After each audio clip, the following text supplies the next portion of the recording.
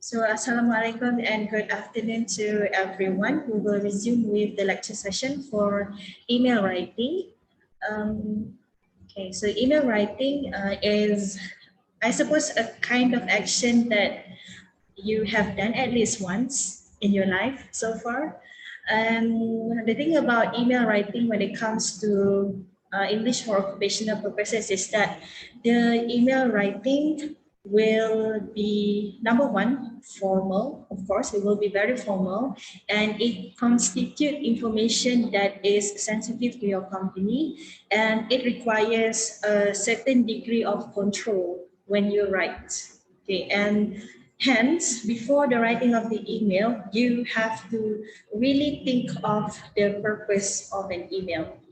Because if, let's say, the email that you send is to apply for your internship, then there is a high stake where either you will be called in for an interview to attend, or just by reading your email, you are already rejected. So it's of a higher stake.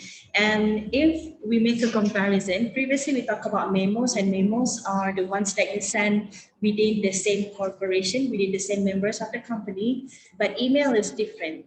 It's used for literally anyone. So you can have communication from one person to the other person from a different department from the same company, or you can send it to a person from another company, or you can send it to a stranger, or you can even send a random email to whichever email address that you get.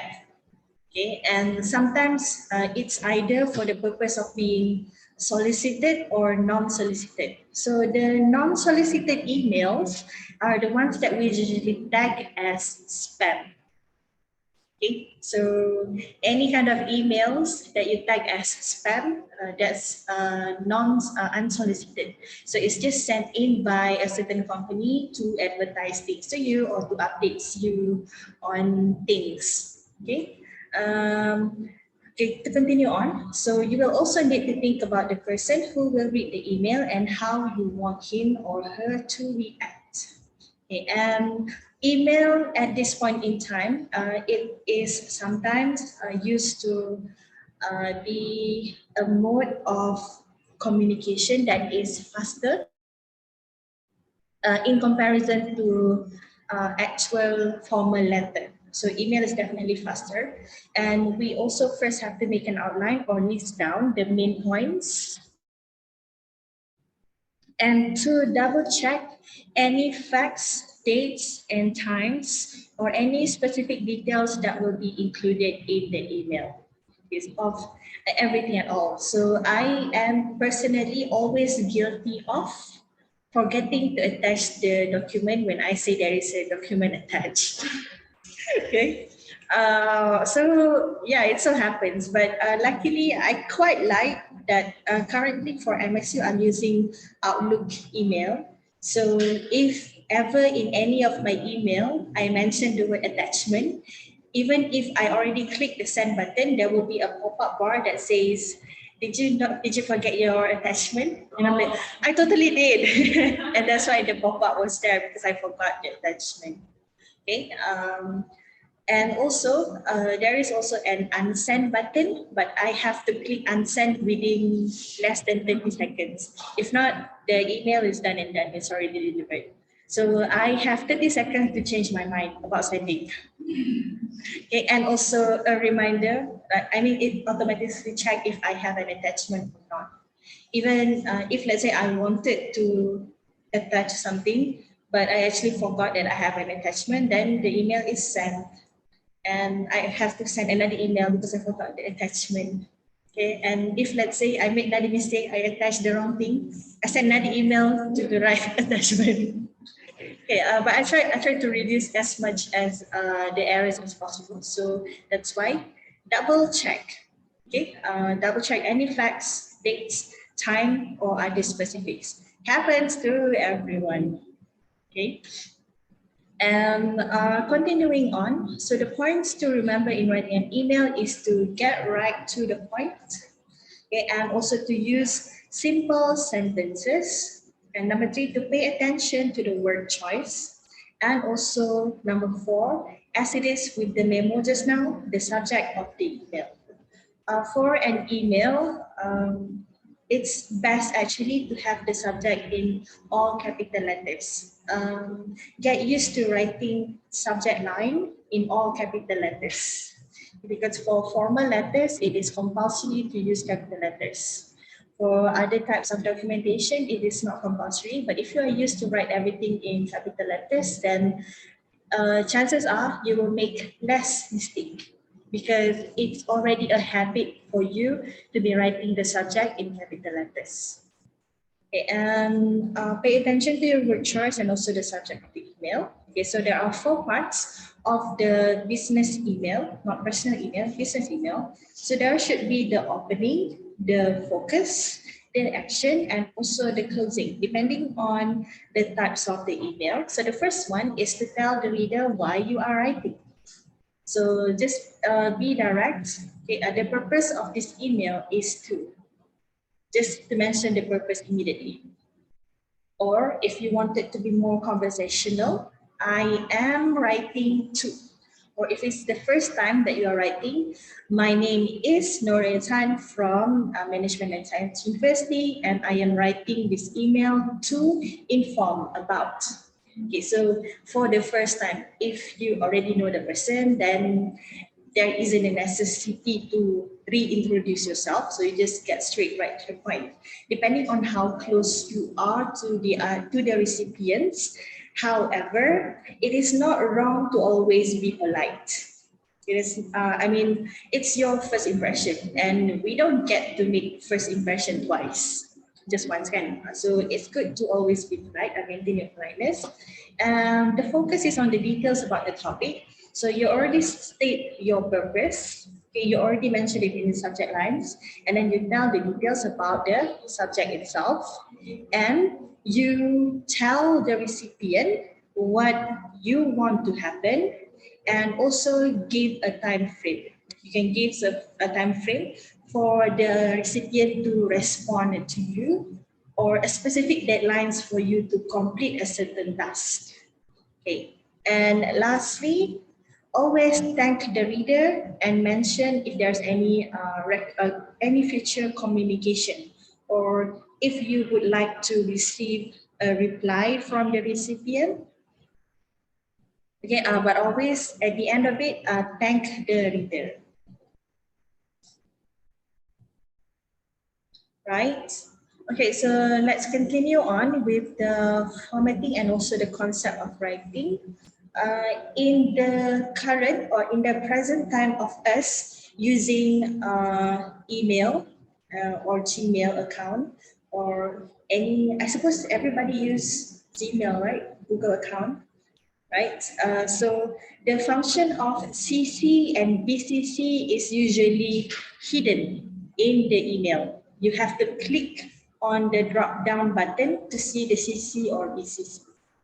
Because CC and BCC sometimes is only used by corporation, and for a personal email, it's not necessary. So that's why the function CC and BCC is hidden. CC and BCC refers to CC, the word CC itself is a carbon copy, meaning photocopy, photostat, CC. Okay, and BCC means blind carbon copy, photostat, but blind. Blind referring to the person who will receive, the rest does not know. So only the recipient knows that they received and the rest of the people, but the CC does not know. So CC refers to another person who will also receive the same email. And BCC means another person who will receive the email, but the rest of the recipient does not know that BCC gets the email as well. So there's a function to this, and I would usually explain it in the form of a non-formal email, let's say. Okay, so basically, if you want to email someone and put them on CC, all recipients will be able to see to whom you sent to. But for BCC, recipients cannot know whom do you send the email. Okay, maybe it does not make sense yet right now. Okay, but basically, okay, imagine the situation. I am in the same group for assignment with A, B, C, D, and E. So my friends A, B, C, D, and E, and myself. So I have completed one documentation, and I want every one of them to receive it. So I completed an article, and I want A, B, C, D, E to read it. One way is for me to just send one by one email to them. Okay, but it means that I have to compose the email 5 times, which is annoying. So I only want to send the email once. So I select a@gmail.com as the recipient, and then I put on the CC b@gmail.com, c@gmail.com, d@gmail.com, and e@gmail.com. So they are all my CC. CC refers to other person who will also receive the same email. Okay, so my 5 friends has already received my email as the CC. Okay, now I completed the articles, right? And then I also would like to send the article to my boss. So now I BCC my boss because I don't want my friend A, B, C, D, and E know that I also send it to my boss. I don't want them to know.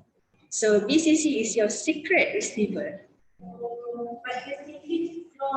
The CCs will know each other, but they will not know BCC. BCC knows everyone. Yes. If we receive a reply, then will the CC receive a reply? Depends on the manner in which you respond. If you just click reply, then only I will receive it. But if you say reply all, everyone will see your reply. Okay, if the BCC wanted to reply, only the sender, only I will get it. The CCs will not get, because BCC is entirely a secret recipient. That's why we call them blind carbon copy. So the rest are not in the know. Okay, so this is especially important if you are, let's say, reporting sensitive information in the corporation that you are working in. Let's say you are working and then there is an issue within your department. Okay, so perhaps the issue is not it's not work related, it is perhaps personally related. Okay, so I think one of the common example that is always given in Malaysian TV drama is workplace romance. Okay, so let's get to our character, back to A, B, C, D, and E. Okay, so let's get back to A, B, C, D, and E. Okay, and this time around, I'm the boss, and then I'm the boss. In my office, there is A, B, C, D, and E.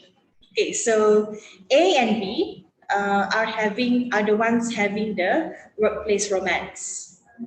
Okay, and then probably A and B's romantic affiliation actually affected the job because both of them does not finish work. Okay, so giving the task, always late, coming to work always late, going back from work also late. What happened within this department is that so the workplace romance happened and it affected the work. It affected the work, and the reason why it is an issue is because it affected the work. So now amongst our A, B, C, D, and E, C, okay, imagine C.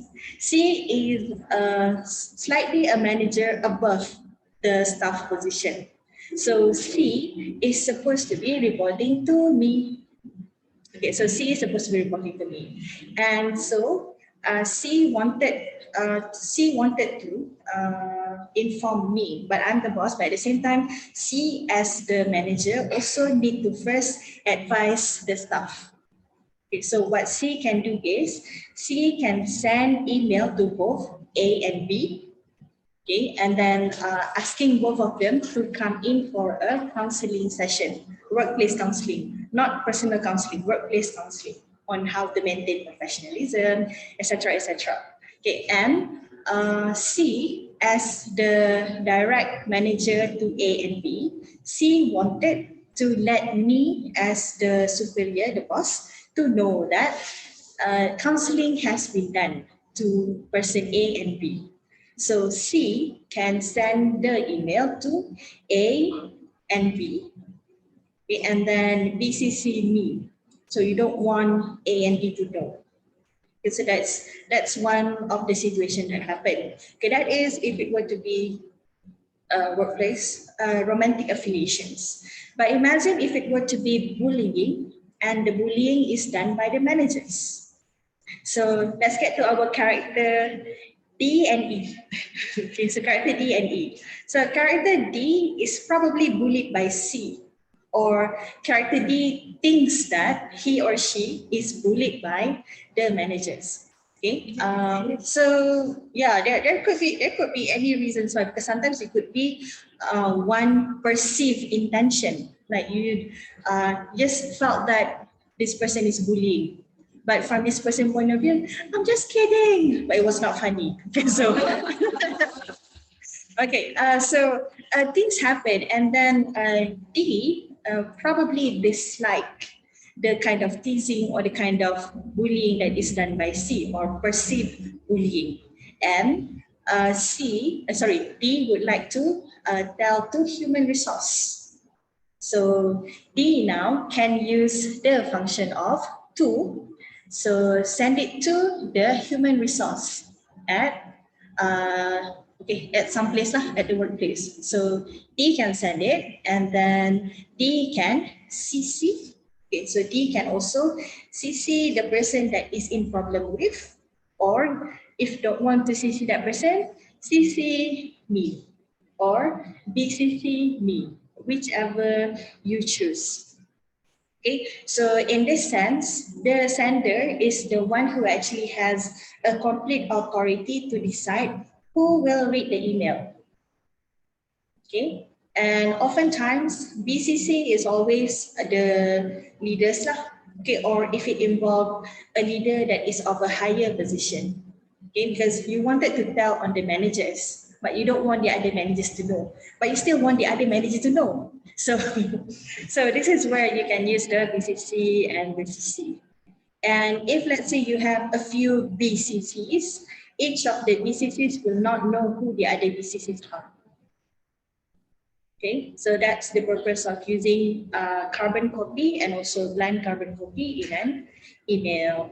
Okay, so the receiver's email address followed by the CC, the BCC, and also the subject of the email. Okay, so coming back to the point, let's say for official email. Okay, just now we use the function of BCC for being secretive purposes. Okay, that's for being secretive. Now we wanted to tell an information to the other person. We still wanted a BCC because we want the managers to know what is going on. But maybe the managers or the bosses is not involved with the event, or it's not involved with the situation. Okay, imagine if, let's say as a student right now, you have an activity with maybe STD. Okay, so STD and also to all of the club members. Okay, so it's a gathering. There will be a gathering for them to choose who's the next leader, etc. And the managers, meaning the lecturers, the mentors, or the deans, they do not have to be together during the meeting for the clubs, but they need to know that the meetings happen. So you can BCC the rest of the recipient and CC the rest. Okay, so select the recipient and also select the BCCs. If you do not have a BCC, then leave the option blank. It's okay. It's not compulsory to have BCC. If CC is very useful if you want to deliver information to a lot of people by just composing one email. So you don't have to write the email 5 times. Okay. I usually work in a team because for English for occupational purposes, there are 8 lecturers. So we all share the same notes, the same information, same assignment, and same project, so that all students get fair assessment on the semester. So each one of us that is in charge of something will deliver the content to the rest. So we will send it to our program managers and CC the rest of the lecturers. So make use of this function wisely. Okay, I do not use this function for the sake of gossiping. Okay, but it's if let's say you are going to use the function for gossiping, no one's stopping you. Okay, but it will actually cause maybe a little bit of riot if you accidentally BCC the wrong person or CC the wrong person. So yes, choose your communication channel wisely. Because at the end of the day, it's all about communication, and at workplace, you have to maintain a certain relationship with everyone who's working around you. Because if you do not, you cannot cooperate. Okay, at students level, you experience this by being in a group together with your other classmates. Maybe the classmates grouping is random. Maybe you choose it by yourself. So maybe when you have members that you don't really communicate with, and then person A talks to person B about person C, and then person C talks to person D about person A, and B talking about person C. So it gets to a point where it becomes quite a drama. So make sure that when you are communicating with someone, coming back to the point of writing the emails. Okay, so we skip to the previous one. Focus the action and the closing. So you know what you're talking about, know what you are writing about, have the details, and tell exactly what is going on, what is needed, what is required, what is not required, then thank them. Okay, that's the ending. Okay, other things that is not necessary, don't add on. Okay, I would say clear communication is what we can do to lessen the amount of drama that happened. Okay, I'm not because drama will always happen, but what we can do is we can contain, control the situation. So the subject line of the email is to time change of the meeting, okay, and also type your email message in the text box and then click send. Okay, so another practice that is actually not good at all, okay, bad practice, not good at all, is to just attach a document and send without even a subject, or the subject is just attachment. So from a person who is reading the email, what's this? Okay, so what's this? There's no subject, there is no explanation, there is just an attachment. Okay, so imagine from a recipient's point of view, if I receive an email that is just an attachment from someone without any subject, I will just delete the email, because I wouldn't know if somebody sent me a virus or somebody sent me things that are not relevant to me. And um, it is especially aggravating when you receive a content that you not want to see, such as pictures of a person in nudity, or pictures of a person's, so without context. Okay, so just somebody sending something to you randomly, I would rather not open. Even from myself at a personal level, even if, because my Instagram account is public, is what I use for my teaching and learning processes. So my Instagram is public, and whenever I receive DMs that is looks suspicious, I will just delete without opening. Especially if there's a kind of link or attachment. Okay. I would say seeing once or twice, it's not great. I don't want to see it. Keep it in the pants or in the skirt. I don't want to see it. Like, the audacity and the confidence to be sending Yes, it's for sure it's a sexual harassment. Yes, it is sexual harassment. So yes, do not send out emails without that purpose. Like for me, I do not want to open because I'm afraid that it might be sexual harassment, or I do not want to open email because it might be virus, or it might be from a scammer. So if you are going to write an email, please write down the email in the text box. Do not simply attach a document and send the email and expect the other person to just open the email and read the attachment. Okay, so be mindful of your email writing. It's just one or two lines that mentions this is an attachment about this and this and this. Opening the email is okay. Opening the attachment is a different story, right? So make sure that you have written down the information. Okay, right, let's get to the summary of email. So email should be concise, meaningful, and of appropriate subject line. Start with a greeting, hi or hello or dear sir, dear madam. If you want to be formal, okay, or you can just mention dear Mr. or dear Mrs. because we know the name of the person already. Present your information clearly and use bullet point form instead of very long paragraph. Okay, we don't fancy long emails. Okay, and then check your grammar and spelling. Using email is not an excuse to be careless. I understand that there are abbreviations and short forms of everything, but do not use abbreviations, especially for business purposes. Okay, and sometimes the language that you use among your peers is not the same as the recipients. I mean, your recipient right here is 34 years old. So if let's say you are writing using languages that I don't understand, then I will just, okay, I don't understand what is going on. And I will just have to like ask you to re-clarify what do you mean. Okay. Emoticons, if the email is for formal purposes, do not use it. Okay, and to add information, if let's say your telephone number or your fax number or the email signature is needed, then you can actually include that.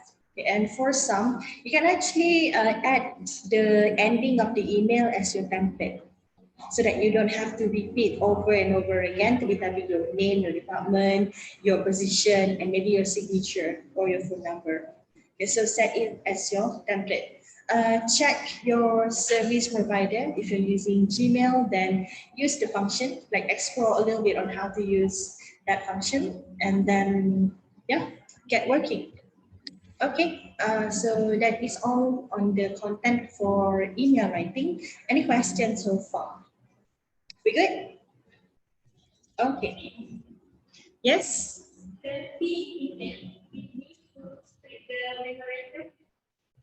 You can use email to send the memorandum.